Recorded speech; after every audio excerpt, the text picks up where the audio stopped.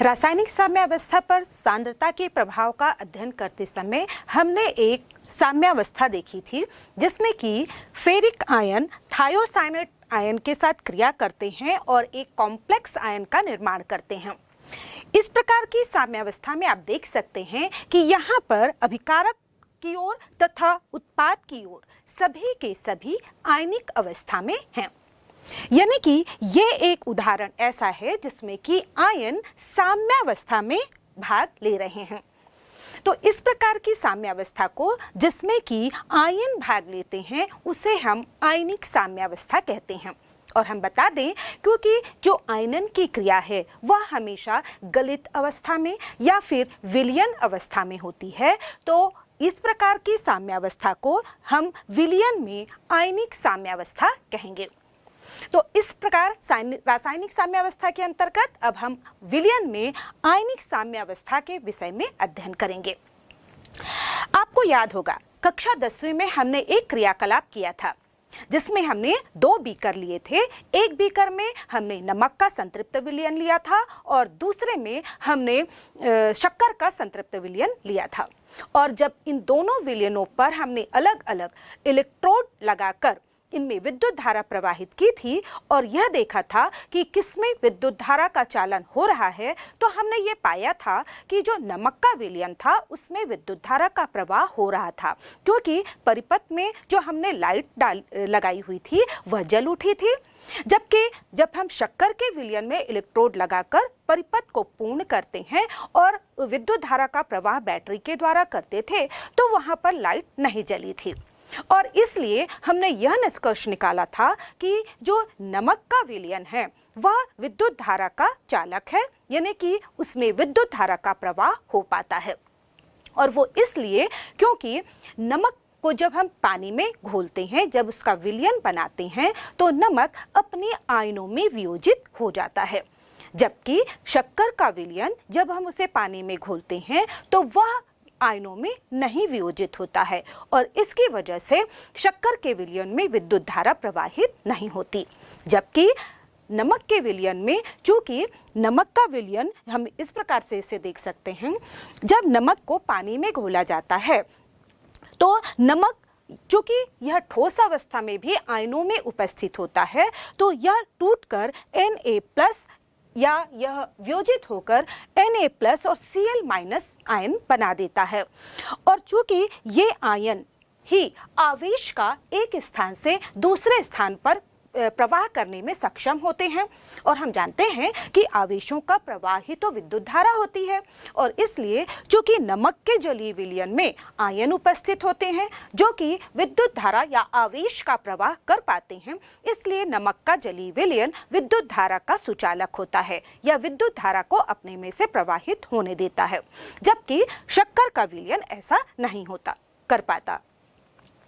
तो इस तरह से किसी भी पदार्थ के गलित अवस्था में अथवा उसकी जलीय विलयन में विद्युत धारा के प्रवाह होने या न होने के आधार पर, या हम ये कह सकते हैं कि विद्युत चालकता क्षमता के आधार पर सर्वप्रथम फैराडे ने विभिन्न पदार्थों को 2 वर्गों में वर्गीकृत किया। एक वर्ग था जिसमें कि जिनकी ठोस गलित अवस्था में या फिर इनके जलीय विलयन में विद्युत धारा का प्रवाह होता है। ऐसे पदार्थों को फैराडे के द्वारा विद्युत अपघट्य पदार्थ कहा गया। जबकि दूसरे प्रकार के पदार्थ जिनमें कि जिनके गलित अवस्था में अथवा जिनके जलीय विलयन में विद्युत धारा का प्रवाह नहीं होता उसे विद्युत अनपघट्य पदार्थ कहा गया। विद्युत अपघट्य पदार्थ के अंतर्गत यदि हम उदाहरण देखें तो इसमें सभी अम्ल, क्षार तथा लवण ये सभी इसके अंतर्गत आते हैं। दूसरी ओर यदि हम विद्युत अनपघट्य पदार्थों का उदाहरण लें तो इसमें आएंगे जैसे कि ग्लूकोज या सुक्रोज, शर्करा जिसे हम कहेंगे, और यूरिया, ये इसके अंतर्गत आते हैं। इसके बाद चूंकि हमने देखा कि अम्ल, क्षार और लवण सभी अपनी जलीय अवस्था में या जलीय विलयन में आयनों में टूट जाते हैं और विद्युत धारा का चालन करते हैं, लेकिन सभी की चालकता एक समान नहीं होती है। सभी की चालकता में अंतर पाया जाता है। इसके आधार पर विद्युत अपघट्य पदार्थों को फैराडे ने पुनः 2 वर्गों में वर्गीकृत किया।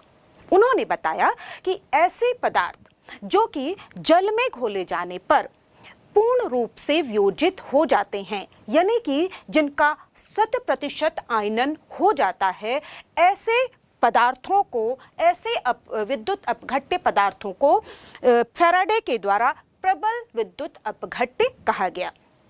जबकि ऐसे पदार्थ जो कि बहुत कम मात्रा में वियोजित होते हैं, उन्हें दुर्बल विद्युत अपघट्य कहा गया। उदाहरण के लिए यदि हम सोडियम क्लोराइड को लें, जब सोडियम क्लोराइड का जली विलयन बनाया जाता है तो सोडियम क्लोराइड पूरी तरह से 100% सोडियम आयन तथा क्लोराइड आयनों में वियोजित हो जाते हैं। यानी कि जब इनका जली विलयन हम लेते हैं तो उसमें हमारे पास केवल सोडियम आयन और क्लोराइड आयन होते हैं, उसमें सोडियम क्लोराइड ठोस की मात्रा नहीं होती है। दूसरी ओर यहाँ पर हम ले यदि एसिटिक एसिड का उदाहरण लें तो एसिटिक एसिड एक दुर्बल अम्ल होता है और जब हम इसका जलीय विलयन बनाते हैं तो इसका वियोजन, इसमें से प्रोटॉन का वियोजन बहुत ही कम होता है। यानी कि जब हम इसका जलीय विलयन लेते हैं तो इसमें हमारे पास कुछ मात्रा में, बहुत ही कम मात्रा में, क्योंकि इसका आयनन सिर्फ 5% होता है लगभग, तो यहाँ पर हमारे पास कुछ मात्रा में एसीटेट आयन होते हैं, कुछ मात्रा में H+ आयन होते हैं। इसके अलावा बहुत सा एसिटिक एसिड जो अणु है वह बिना आयनित हुए उसी अवस्था में विलयन में प्राप्त होता है। और तो ऐसे पदार्थों के या ऐसे विद्युत अपघट्यों को हम दुर्बल विद्युत अपघट्य कहते हैं। तो इस तरह से हम प्रबल विद्युत अपघट्य तथा दुर्बल विद्युत अपघट्य के गुणों का अध्ययन कर सकते हैं। यहाँ पर हमारे पास है प्रबल विद्युत अपघट्य तथा दुर्बल विद्युत अपघट्य। आइए जानते हैं इनके गुण क्या क्या होते हैं। सबसे पहले हम देखते हैं प्रबल विद्युत अपघट्य। प्रबल विद्युत अपघट्य जलीय विलयन में पूर्ण रूप से आयनित होते हैं या हम कह सकते हैं वियोजित होते हैं। दूसरी ओर जो दुर्बल विद्युत अपघट्य हैं वह जलीय विलयन में बहुत ही कम आयनित होते हैं। दूसरा, आयनन की मात्रा वह वेग अधिक होता है। जो प्रबल विद्युत अपघट्य होते हैं उनकी आयनन की मात्रा यानी कि वियोजन की मात्रा या फिर इनका आयनन का वेग ये अधिक होता है, जबकि दुर्बल विद्युत अपघट्यों में इनकी आयनन की मात्रा तथा आयनन का वेग दोनों ही कम होता है। साथ ही साथ यहाँ पर हम कहें कि जो प्रबल विद्युत अपघट्य होते हैं उनकी प्रत्येक सांद्रता पर ये पूर्ण रूप से आयनित रहते हैं, 100% वियोजित रहते हैं, जबकि दुर्बल विद्युत अपघट्य की जो वियोजन होता है वह सभी सांद्रता पर अधिक नहीं होता है। ये सांद्रता के घटने पर इनकी वियोजन की मात्रा बढ़ जाती है, जबकि जो प्रबल विद्युत अपघट्य होते हैं इनकी सांद्रता, विलयन की सांद्रता बढ़ाएं या विलयन की सांद्रता कम करने पर भी इनके वियोजन की मात्रा में कोई ज़्यादा प्रभाव नहीं पड़ता है, क्योंकि हमने पहले ये बताया कि यह पूरी तरह से किसी भी सांद्रता में जब इनको जल में घोला जाता है तो ये पूरी तरह से वियोजित रहते हैं। इसलिए यदि हम तनुता बढ़ाते हैं विलयन की तब भी इनकी वियोजन की मात्रा में कोई प्रभाव नहीं पड़ता है। जबकि जो दुर्बल विद्युत अपघट्य होते हैं इनमें यदि विलयन की तनुता बढ़ा दी जाए या सांद्रता घटा दी जाए तो इनकी वियोजन की मात्रा बढ़ जाती है। चूंकि प्रबल विद्युत अपघट्य होते हैं तो यहाँ पर जो अणु है या उदासीन अणु है या हम कहें जो अवियोजित अणु होते हैं तथा आयनों के बीच साम्य स्थापित नहीं होता है। जैसे कि हम उदाहरण ले सकते हैं, मान लीजिए यहाँ पर सोडियम क्लोराइड है, जब हम इसे जल में घोलेंगे तो इसका वियोजन होगा आयनों में Na+ और Cl- में, क्योंकि हमने ये भी कहा कि ये जो प्रबल विद्युत अपघट्य हैं इसलिए इनके वियोजन का जो वेग है काफी अधिक होता है, इसलिए ये पूरी तरह से वियोजित होकर Na+ और Cl- में टूट जाते हैं। यानी कि इनकी जो अभिक्रिया होती है उसमें अभिक्रिया की दिशा फॉरवर्ड दिशा की ओर होती है, एक ही दिशा में ये अभिक्रिया होती है। दूसरी ओर हाइड्रोजन साइनाइड यदि हम उदाहरण लेते हैं तो जब ये टूटेंगे तो H+ और CN- बनाते हैं। अब यहाँ पर चूंकि इनका फ्यूजन धीरे धीरे होता है तो एक निश्चित समय में विलयन में hydrogen H+ ion, CN- ion तथा जो अवयोजित हाइड्रोजन साइनाइड है उसकी मात्रा भी होती है और इसी वजह से यहाँ पर अणु तथा आयनों के बीच साम्यावस्था स्थापित हो जाती है। तो हम यह कह सकते हैं कि जो दुर्बल अम्ल या दुर्बल विद्युत अपघट्य होते हैं उनके जलीय विलयन में साम्यावस्था स्थापित होती है, जबकि प्रबल विद्युत अपघट्यों में ऐसा देखने को नहीं मिलता है। आइए अब प्रबल विद्युत अपघट्यों के कुछ उदाहरण लें। प्रबल विद्युत अपघट्यों के अंतर्गत हमने कहा कि सारे प्रबल अम्ल, सारे प्रबल क्षार तथा सभी लवण आते हैं। प्रबल अम्लों के अंतर्गत हम उदाहरण ले सकते हैं जैसे कि हाइड्रोक्लोरिक अम्ल HCl, सल्फ्यूरिक अम्ल H2SO4, नाइट्रिक अम्ल HNO3 या फिर प्रबल क्षार का उदाहरण हम ले सकते हैं जैसे कि सोडियम हाइड्रोक्साइड, पोटेशियम हाइड्रोक्साइड आदि। इसके अलावा सभी लवण इसके अंतर्गत आते हैं। सभी लवण में हम यहाँ पर ले सकते हैं जैसे कि सोडियम क्लोराइड या सोडियम कार्बोनेट इसके अंतर्गत आते हैं। इसी तरह से जो दुर्बल विद्युत अपघट्य हैं उसके अंतर्गत हम उदाहरण ले सकते हैं जैसे कि दुर्बल अम्ल और दुर्बल क्षार। तो दुर्बल अम्ल यहाँ पर होगा जैसे कि हाइड्रोजन साइनाइड है, यहाँ पर कार्बोनिक अम्ल है, H2CO3 है, एसिटिक अम्ल है, CH3COH है या फिर ऑक्सैलिक अम्ल, ये इसके अंतर्गत आते हैं। इसी तरह से दुर्बल क्षार के उदाहरण हम ले सकते हैं जैसे कि अमोनियम हाइड्रोक्साइड है या फिर एल्यूमिनियम हाइड्रोक्साइड है। तो इस तरह से हम सभी पदार्थों को सबसे पहले विद्युत अपघट्य तथा विद्युत अनअपघट्य पदार्थों में वियोजित करते हैं और उसके बाद हम विद्युत अपघट्य पदार्थों को पुनः प्रबल विद्युत अपघट्य तथा दुर्बल विद्युत अपघट्य में वियोजित करते हैं। तो इसके पश्चात तो आइए अब हम कुछ विद्युत अपघट्य पदार्थों यानी कि अम्ल, क्षार तथा लवण के गुणों के विषय में जानते हैं। आपने कक्षा 10वीं में अम्ल, क्षार और लवण के विषय में काफी कुछ सीखा है, जाना है। उदाहरण के लिए यदि हम बात करें ये हमारे शरीर में तो हम जानते हैं कि हमारे जो आमाशय है उसमें जो जठर रस का सिक्रेशन होता है उस जठर रस में HCl पाया जाता है और हम जानते हैं कि प्रतिदिन एक व्यक्ति के शरीर में लगभग 1 से लेकर 1.5 लीटर तक HCl का सिक्रेशन होता है और हम जानते हैं कि HCl का हमारे पाचन तंत्र में बहुत अधिक महत्व है। भोजन के पाचन के साथ साथ यह भोजन में उपस्थित विभिन्न प्रकार के जो हानिकारक जीवाणु हैं उनका भी विनाश कर देता है। इसी प्रकार बहुत सारे फलों और सब्जियों में भिन्न भिन्न प्रकार के अम्ल पाए जाते हैं जैसे कि हम जानते हैं विभिन्न प्रकार के जो साइट्रस फ्रूट्स होते हैं, नींबू है, संतरे हैं, इन सभी में साइट्रिक एसिड और साथ ही साथ एस्कॉर्बिक एसिड पाया जाता है। इसी तरह से हम जानते हैं कि जो टमाटर और आंवला होता है उसमें ऑक्सैलिक एसिड पाया जाता है। सिरके में पाए जाने वाले एसिटिक एसिड से तो आप परिचित ही हैं। तो इस तरह से हम देखें कि हमारे चारों ओर भिन्न भिन्न प्रकार के अम्ल पाए जाते हैं और आप ये भी जानते हैं कि अम्ल स्वाद में खट्टे होते हैं तथा नीले लिटमस पेपर को लाल कर देते हैं। दूसरी ओर यदि हम क्षार की बात करें तो क्षार लाल लिटमस पेपर को नीला कर देते हैं और साथ ही साथ यह स्वाद में कड़वे होते हैं और तथा साबुनी यानी कि चिकने होते हैं। कुछ क्षारों के उदाहरण यदि हम लें तो सबसे जाना पहचाना आपका जो क्षार है वह है धावन सोडा यानी कि सोडियम कार्बोनेट। इसके अलावा आप घर में खाने का सोडा यानी कि सोडियम हाइड्रोजन कार्बोनेट का भी उपयोग करते हैं। इसके अलावा एंटासिड के रूप में आप मिल्क ऑफ मैग्नीशिया यानी कि मैग्नीशियम हाइड्रोक्साइड का भी उपयोग करते हैं। तो इस तरह से भिन्न भिन्न प्रकार के अम्ल और क्षारों का उपयोग हम करते हैं तथा इनके गुणों से भी परिचित हैं। अब हम ये भी जानते हैं कि जब एक अम्ल एक क्षार से क्रिया करता है तो लवण और जल बनाता है। तो इस तरह से हमें तीसरे प्रकार के विद्युत अपघट्य यानी कि लवण प्राप्त होते हैं।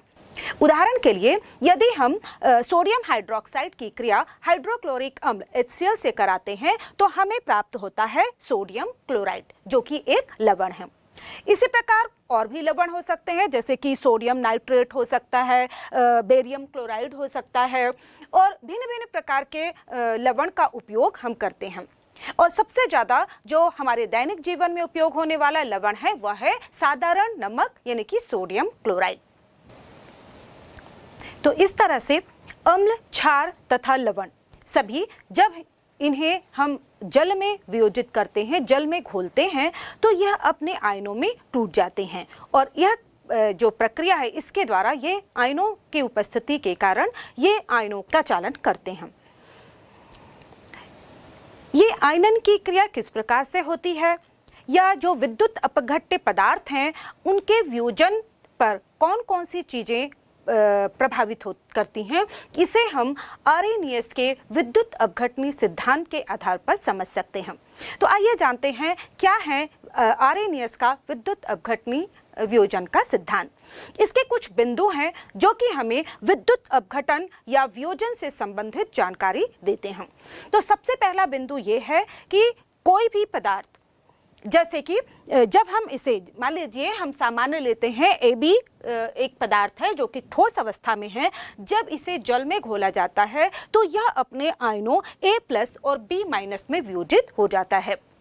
यानी कि कोई भी विद्युत अपघट्य पदार्थ जब जल में घुलता है तो अपने घुलकर आवेशित आयनों में टूट जाता है, और इन आवेशित आयनों को ही हम आयन कहते हैं।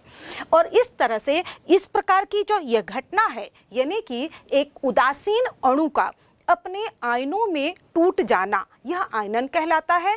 यहाँ पर हम एक और बात बता दें कि कुछ पदार्थ जैसे कि सोडियम क्लोराइड अपने ठोस अवस्था में भी वह आयनित अवस्था में ही रहते हैं।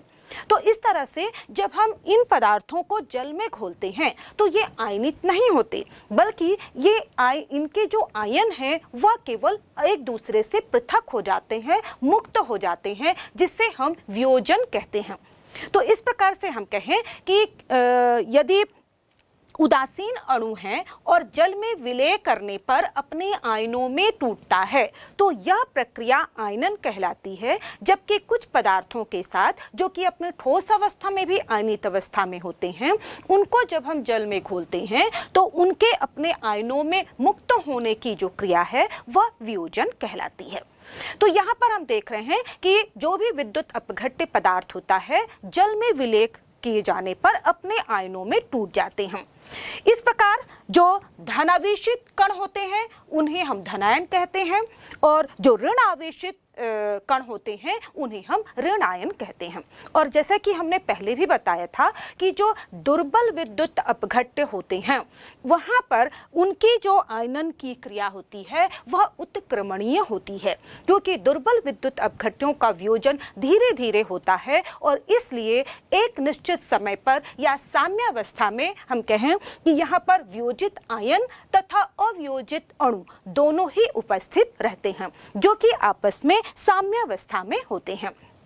तो इस तरह से हम कह सकते हैं कि जो दुर्बल विद्युत अपघट्य हैं उनकी जो अभिक्रिया होती है उत्क्रमणीय होती है, और इस तरह से हम यहाँ पर उनके लिए द्रव्य अनुपाती क्रिया का नियम लगा सकते हैं। यानी कि हम जानते हैं कि यहाँ पर जो उसके आयनन स्थिरांक का मान ज्ञात कर सकते हैं, और आयनन स्थिरांक यानी कि K ये बराबर होगा वियोजित आयनों यानी कि A+ और B- के सांद्रताओं के गुणनफल का बटे होगा यहाँ पर अवयोजित AB आयन की या AB अणु की सांद्रता के बराबर होगा।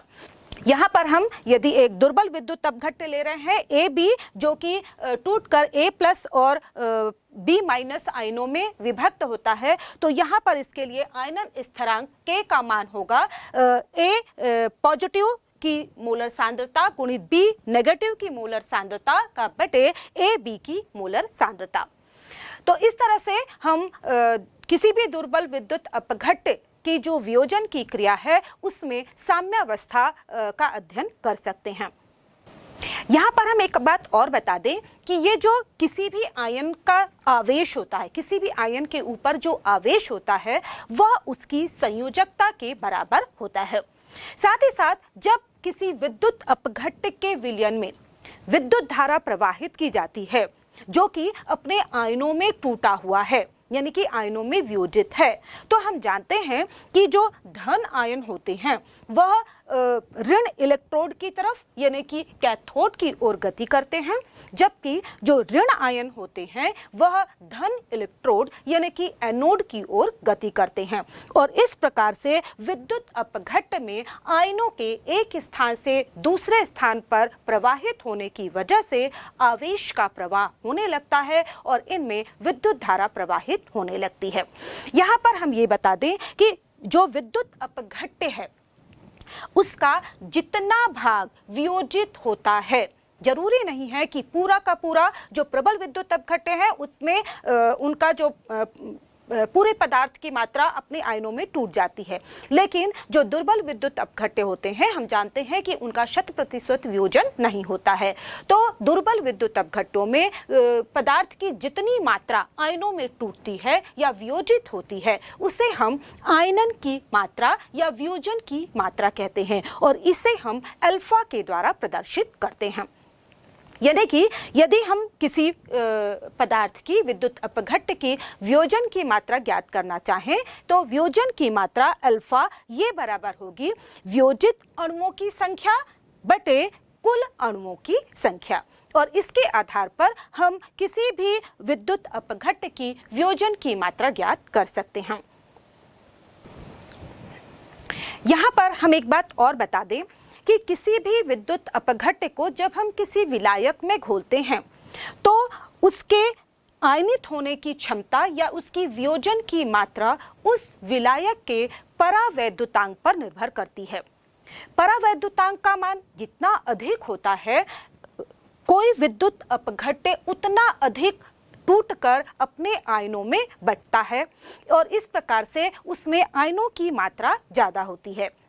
यहाँ पर हम बता दें कि किसी भी जो परावैद्युतांक है वह किसी भी विलायक का एक महत्वपूर्ण गुण होता है और किसी भी विलायक के द्वारा ये वो गुण है जिसमें वो घोले गए विद्युत अपघट्ट के परमाणुओं के बीच जो बंध होता है, स्थिर विद्युत आकर्षण बंध होता है, उसे कितने गुना कम कर देता है। यानी कि मान लीजिए यदि हम सोडियम क्लोराइड को लेते हैं और जल में विलय करते हैं तो जल एक ध्रुवीय विलायक है और इसके परावैद्युतांक का मान 80 होता है। इसका मतलब ये हुआ कि जब हम नमक को पानी में घोलेंगे तो नमक के जो सोडियम प्लस आयन और क्लोराइड नेगेटिव आयन के बीच जो स्थिर वैद्युत बंध होता है उस बल को ये 80 गुना कमजोर कर देता है। अब आप समझ सकते हैं कि जब दोनों आयनों के बीच बंध कमजोर हो जाएगा तो वो आसानी से अपने आयनों में वियोजित हो जाएगा। यानी कि किसी भी विद्युत अपघट्ट के वियोजन की मात्रा या आयनन विलायक के परावैद्युतांक पर भी निर्भर करती है। दूसरे शब्दों में हम ये कह सकते हैं कि जो विलायक का परावैद्युतांक होता है वह किसी भी विद्युत अपघट्ट के में उपस्थित जो स्थिर वैद्युत आकर्षण बल है उसके व्युत्क्रमानुपाती होता है। यानी कि परावैद्युतांक यदि अधिक है तो वो स्थिर वैद्युत आकर्षण बल को उतना ज़्यादा कमजोर कर देगा और इस तरह से जो भी विद्युत अपघट्ट है बड़ी आसानी से अपने आयनों में टूट जाता है।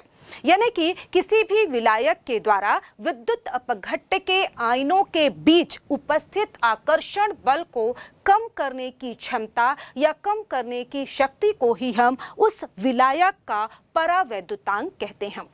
यहाँ पर हम कई पदार्थ ले सकते हैं, जैसे कि यदि हम वायु लें तो इसका परावैद्युतांक 1 होता है। इसी तरह से यदि हम जल लें तो इसका परावैद्युतांक का मान 80 होता है और इसीलिए कहा जाता है कि जल एक महत्वपूर्ण विलायक है या प्रबल विलायक है, क्योंकि यह इसके परावैद्युतांक का मान अधिक होने की वजह से ये बहुत सारे पदार्थों को अपने अंदर घोल लेता है।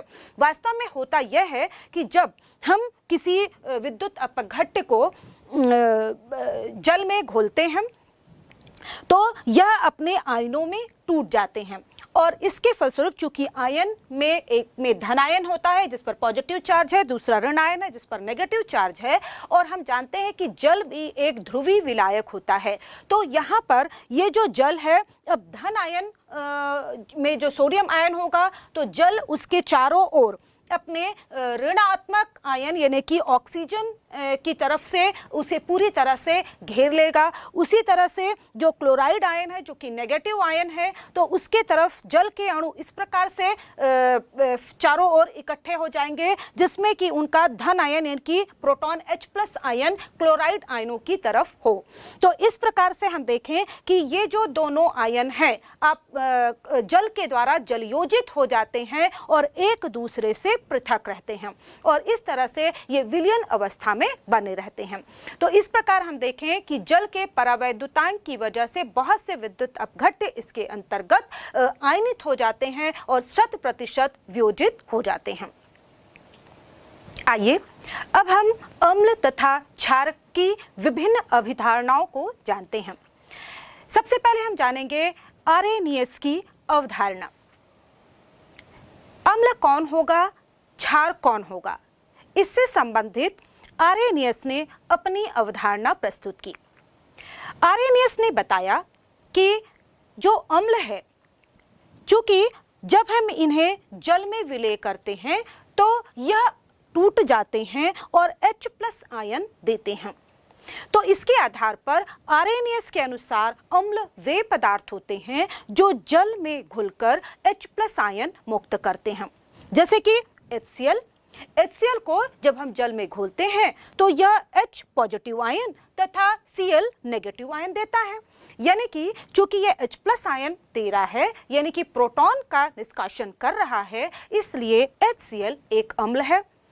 इसके प्रकार यहाँ पर हम फिर से कह दें कि जो अम्ल हैं आरेनियस के अनुसार ये भी 2 प्रकार के होते हैं। एक तो होंगे प्रबल अम्ल और दूसरे होंगे दुर्बल अम्ल। प्रबल अम्ल वो होंगे जिनमें H+ आयन त्यागने की क्षमता ज़्यादा होगी या उसकी H+ आयनों को निष्कासित करने की, त्यागने की अधिक प्रवृत्ति होती है, यानी कि जो ज़्यादा तेजी से H+ आयन निष्कासित करते हैं, या हम ये भी कह सकते हैं कि जो कि पूर्ण रूप से वियोजित हो जाते हैं।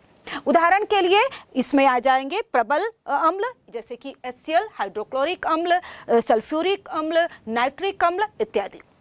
इसी प्रकार दुर्बल अम्ल वो होंगे जिनकी H+ आयन या प्रोटॉन को त्यागने की प्रवृत्ति कम होती है। इसके अंतर्गत आएंगे जैसे कि कार्बोनिक अम्ल H2CO3, या फिर एसिटिक अम्ल, या फिर हाइड्रोजन साइनाइड, या फिर ऑक्सैलिक अम्ल इत्यादि। इसके बाद हम बात करते हैं आरेनियस के क्षारकों की। आरेनियस ने बताया कि क्षारक वे पदार्थ होते हैं जो जल में विलय करने पर OH आयन, हाइड्रोक्सिल आयन देते हैं। अब यहाँ पर जैसे कि उदाहरण हम ले सकते हैं सोडियम हाइड्रोक्साइड का। सोडियम हाइड्रोक्साइड को जब हम जल में घोलते हैं तो यह Na+ तथा OH- आयन देते हैं। क्योंकि यह OH- आयन हाइड्रोक्सिल आयन देता है, इसलिए आरेनियस के अनुसार यह क्षारक होगा।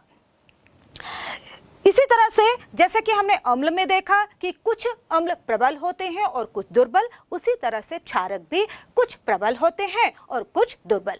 यदि हम प्रबल क्षारक लें तो प्रबल क्षारक वे पदार्थ होते हैं जो जिनकी OH आयन, OH- आयन यानी कि हाइड्रोक्सिल आयन निष्कासित करने की अधिक प्रवृत्ति होती है, जैसे कि इसके अंतर्गत आ जाएंगे सोडियम हाइड्रोक्साइड, पोटेशियम हाइड्रोक्साइड इत्यादि।